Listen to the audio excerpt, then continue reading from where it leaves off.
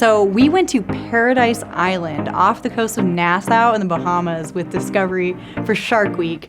And we dove with sharks with Paul DeGelder and Joe Romero, who are like the top shark guys. So we had these two badasses and a whole team of like badass divers with us, and they brought us down to the bottom of the ocean to swim with sharks. You'll forget that we're there, I promise you. You'll be so enraptured with the beauty of these animals that you'll forget and feel like you don't even need us. Okay, well I slipped you both a 20 before this, so you are not gonna let me get eaten, right? So of the two guys bringing us down there, Joe and Paul are probably the most qualified.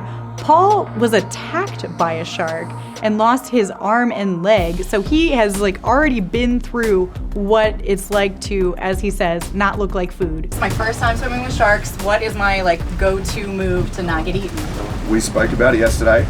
What did I tell you not to do?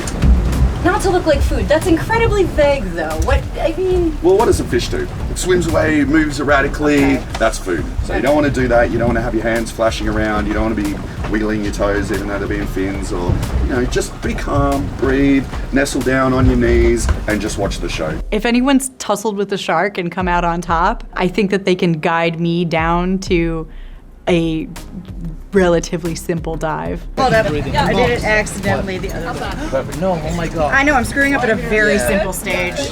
This doesn't bode well for me. So this was great timing for me to go down and swim with sharks, being that I just saw and read Jaws for the first time this year. I knew in my head that the sharks don't want to eat me, they're not interested. Most shark attacks are just, accidents, you look like a seal, whatever. But in my heart, did I picture the Jaws music coming? Yes, I did. Yes, that's what I was picturing. So going down, I was a little bit nervous that I was going to die. Not really with the sharks. I was just more nervous that, my oxygen tank would float up to the surface and leave me down there. But once we got underwater, I had like a minute and a half of freaking out, which I'm sure, was visible to everyone around. Everyone let me do my thing, and then I was guided very safely to the bottom. And after that, it was crazy. It was such like an interestingly calm experience because the sharks are just swimming around you, bumping into you, just because they really don't care that you're there. They are just so doing their own thing. They're going about their shark business, and they're just like, that like pink thing on the bottom that can't breathe underwater. What a noob. Not interested. So it was really crazy. It felt like we were down there for hours, but in reality, we were only down there for probably like 40 minutes. It was super zen. All the sharks were really close to us, really up in our business, and I just really had no feeling that I needed to move at any point.